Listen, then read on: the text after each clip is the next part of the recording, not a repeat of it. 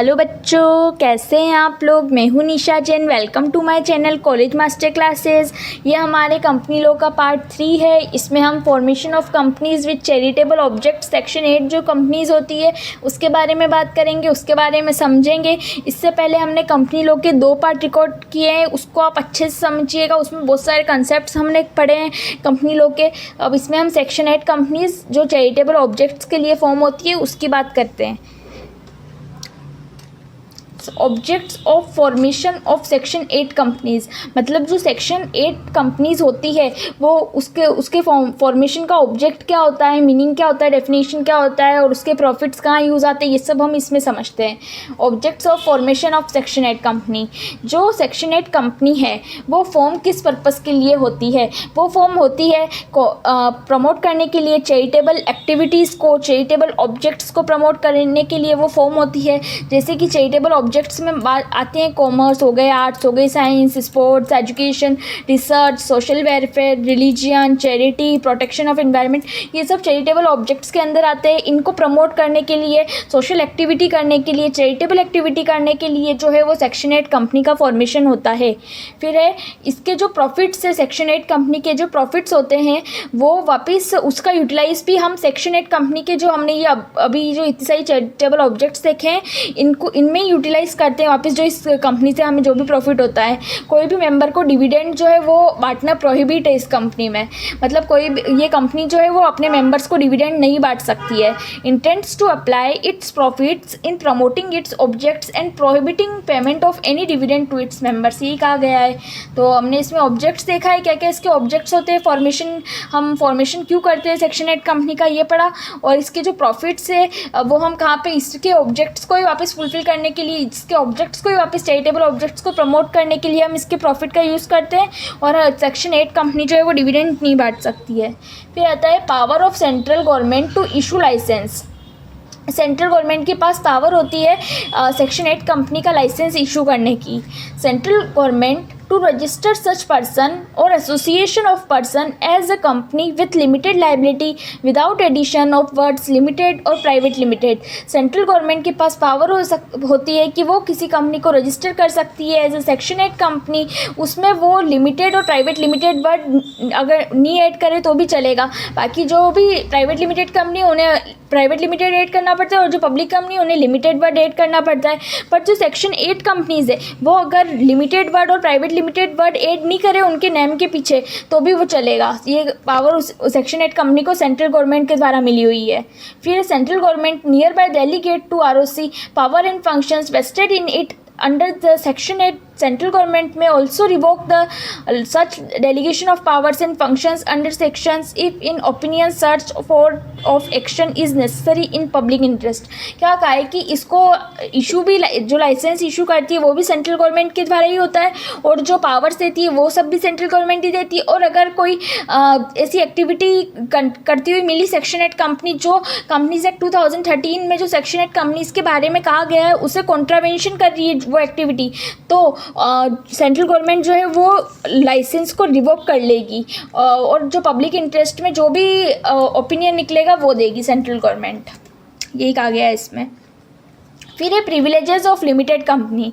जो भी section 8 company है उसको क्या क्या प्रिविलेजेस मिलते हैं ये हम बात करते हैं। On registration company shall enjoy same privileges and obligation as a limited company. जब सेक्शन 8 कंपनी का रजिस्ट्रेशन होता है, चाहे उसमें वर्ड प्राइवेट लिमिटेड या लिमिटेड वर्ड ऐड नहीं हो रहा हो, पर उसको जो भी बेनिफिट्स है वो सारे प्रिविलेजेस जो है वो जो भी नॉर्मल कंपनी है, जो भी लिमिटेड कंपनी जैसे रजिस्टर हुई है वो वही सब फ़ायदे और वही सब बेनिफिट्स और वही सब प्रिविलेजेस सेक्शन 8 कंपनी भी इंजॉय करेगी। तो यही कहा है on registration company shall enjoy same privileges and obligations as a limited company।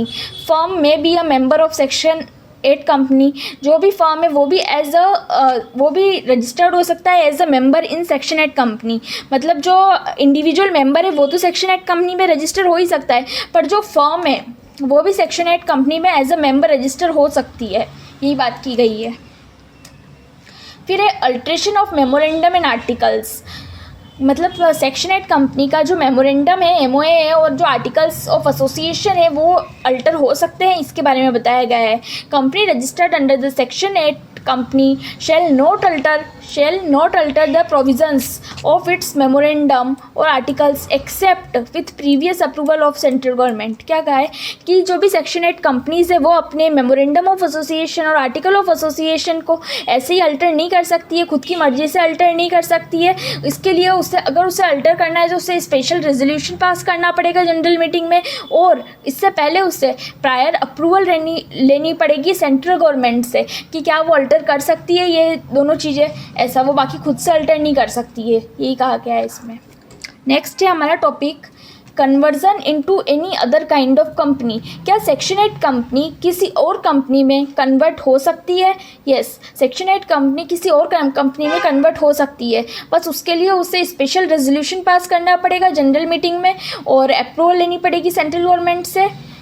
Company registered under section 8 company with intends to convert itself into any other kind of company shall, यहाँ पे a, shall pass the special resolution at a general meeting for approving such conversation. बस special resolution लेनी पड़ेगी general meeting से members में। Special resolution मतलब आप समझते हो क्या होता है? स्पेशल रेजोल्यूशन मतलब 3/4 of the vote in favour, उसे हम स्पेशल रेजोल्यूशन कहते हैं।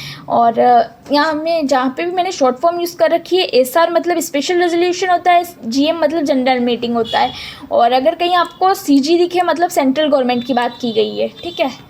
नेक्स्ट है हमारा टॉपिक रिवोकेशन ऑफ लाइसेंस। अब हमने क्या बात की थी कि जो सेक्शन 8 कंपनी है उसे सारी पावर्स जो है वो सेंट्रल गवर्नमेंट देती है। सेंट्रल गवर्नमेंट ने ROC को डेलीगेट रजिस्ट्रार ऑफ कंपनी को डेलीगेट कर रखी है सारी पावर्स जो भी लाइसेंस इशू के टाइम की होती है, मतलब लाइसेंस इशू जो है वो सेंट्रल गवर्नमेंट करती है। और अगर सेक्शन 8 कंपनी किसी कंडीशन में किसी भी चीज़ में अगर कॉन्ट्रावेंशन करती हुई मिलती है, कोई गफला करती हुई मिलती है अगर सेंट्रल गवर्नमेंट को, तो फिर वो लाइसेंस रिवोक भी कर सकती है। अगर उसे इशू करने का पावर है सेक्शन 8 कंपनी को लाइसेंस, तो वो रिवोक भी कर सकती है अगर कोई गलत काम करते हुए सेक्शन 8 कंपनी अगर पकड़ा जाती है तो।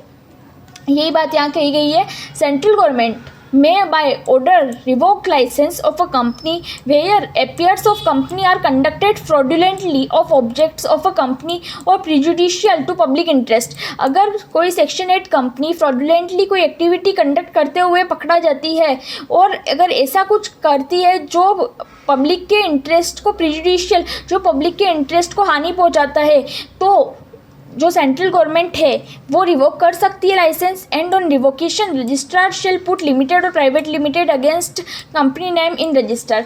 तो वो रिवोक कर लेगी, सेंट्रल गवर्नमेंट लाइसेंस रिवोक भी कर लेगी, और जो ये जो सेक्शन 8 कंपनी है उसके नाम के पीछे अगर ये पब्लिक है तो लिमिटेड और प्राइवेट है तो प्राइवेट लिमिटेड लगा देगी, ठीक है। फिर है central government must give it a written notice of its intention to revoke licence and opportunity to be heard in that matter. Central government जो है ये लाइसेंस रिवोक करने से पहले एक रिटन नोटिस देगी सेक्शन 8 कंपनी को कि जो भी ये फ्रॉडुलेंटली एक्टिविटी करते हुए ये मिला है हमें, क्या ये एक रिटन नोटिस देगी, और लाइसेंस रिवोक करने से पहले उनको सामने वाली सेक्शन 8 कंपनी को भी अपॉर्चुनिटी देगी, क्या तुम कुछ कहना चाहते हो इस बारे में, अपॉर्चुनिटी ऑफ बीइंग हर्ड देगी, ठीक है।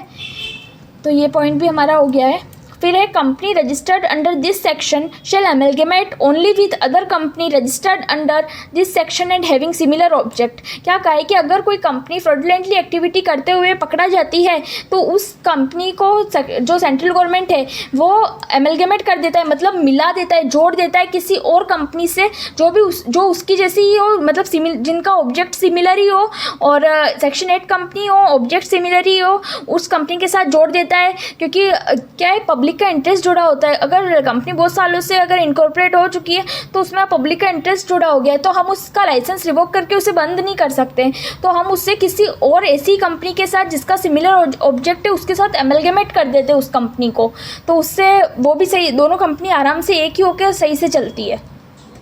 ये कहा गया है रिवोकेशन ऑफ लाइसेंस में। उसके बाद है पेनल्टी पनिशमेंट इन कॉन्ट्रावेंशन। क्या कहा है, पेनल्टी पनिशमेंट। अब रिवोकेशन करते हुए पकड़ा तो गई, तो अब क्या क्या पेनल्टी लगेगी, क्या क्या पनिशमेंट होगी जो उन्होंने कॉन्ट्रावेंशन किया है। वैसे तो ये उसके कॉन्ट्रावेंशन पे डिपेंड करेगा, ये उसके फ्रॉडुलेंटली एक्टिविटी पे डिपेंड करेगा कि उसने क्या फ्रॉडुलेंटली एक्टिविटी की है, उस हिसाब से लगेगी, क्योंकि इसमें फ़ाइन भी है और इम्प्रिजमेंट भी है अंडर सेक्शन 447, तो उस हिसाब से लगेगी।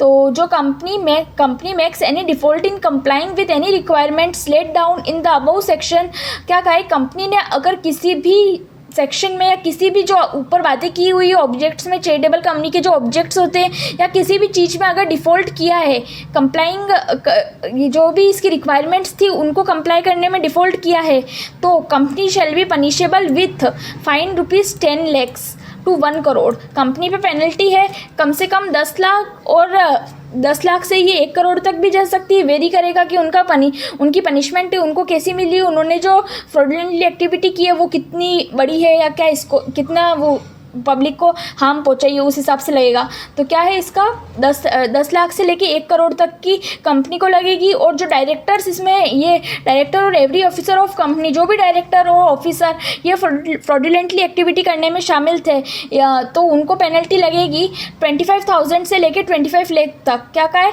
कि जो भी कंपनी के डायरेक्टर और एवरी ऑफिसर जो भी ये फ्रॉडुलेंटली एक्टिविटी करने में शामिल थे उनको 25,000 से 25 लाख तक की पेनल्टी लगेगी। और ये भी लग सकती है एंड क्या कहा है, default shall be liable for action under section 447, और उनको फॉर सेक्शन 447 के हिसाब से पनिशमेंट भी मिल सकती है और इम्प्रिजमेंट भी हो सकती है। तो ये आता है पेनल्टी और पनिशमेंट में। फिर आता है एक्सेप्शंस। सेक्शन 8 जो कंपनी है उसकी एक्सेप्शंस के बारे में हम पढ़ते हैं। सेक्शन 8 कंपनी को बहुत सारे बेनिफिट्स मिले हुए हैं, तो कुछ एक्सेप्शंस होती है जो नॉर्मल कंपनी से सेक्शन 8 कंपनी की डिफरेंट है। Can call it's general meeting by giving a clear 14 days notice instead of 21 days. जो हम जनरल मीटिंग का एक अलग वीडियो पढ़ेंगे बाद में, annual general meeting, AGM, EGM के बारे में। उसमें क्या है कि जो general meeting, normal general meeting जो होती है उसके 21 डेज से पहले जो कंपनी होती है उसे अपने मेंबर्स को नोटिस देना पड़ता है। पर सेक्शन 8 जो कंपनी है वो अगर 14 डेज़ पहले भी नोटिस देती है तो चल जाता है काम। तो इस पे ये कहा गया है कि अगर वो 21 डेज़ की जगह 41 डेज़ पहले भी नोटिस देती है तो भी चलेगा जनरल मीटिंग का।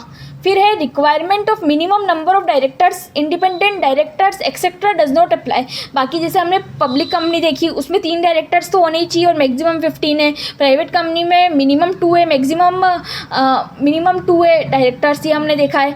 और OPC में एक ही मेंबर एक ही डायरेक्टर, तो ये सब देखा है हमने। तो इसमें क्या कहा है कि इसमें जो मिनिमम नंबर ऑफ डायरेक्टर्स है, इंडिपेंडेंट डायरेक्टर्स है, इसकी कोई लिमिट नहीं है। ये इसमें अप्लाई नहीं होता ये लिमिट, ठीक है। फिर है need not constitute nomination and remuneration and share holder relationship committee. जो भी पब्लिक कंपनी होती है, लिस्टेड कंपनी होती है, उससे नॉमिनेशन एंड रेम्यूनरेशन कमेटी जो हो गई ये बनाना कंपलसरी होता है और शेयर होल्डर रिलेशनशिप कमेटी बनाना कंपलसरी होता है। वहीं सेक्शन 8 जो कंपनी है उनके लिए ये कंपलसरी नहीं है। अगर वो ये nomination and remuneration and share holder relationship committee नहीं भी बनाती है, ये अगर कंस्टिट्यूट नहीं करती है ये सब कमिटीज़, तो भी इनको चलेगा। मतलब ये आराम से इनका बिजनेस जो है वो रन कर सकती है। तो इसी के साथ अगर आपको हमारी वीडियो पसंद आई है तो लाइक करें, शेयर करें, सब्सक्राइब करें और कमेंट में अपनी अटेंडेंस को ज़रूर लगा दें। Okay guys, thank you.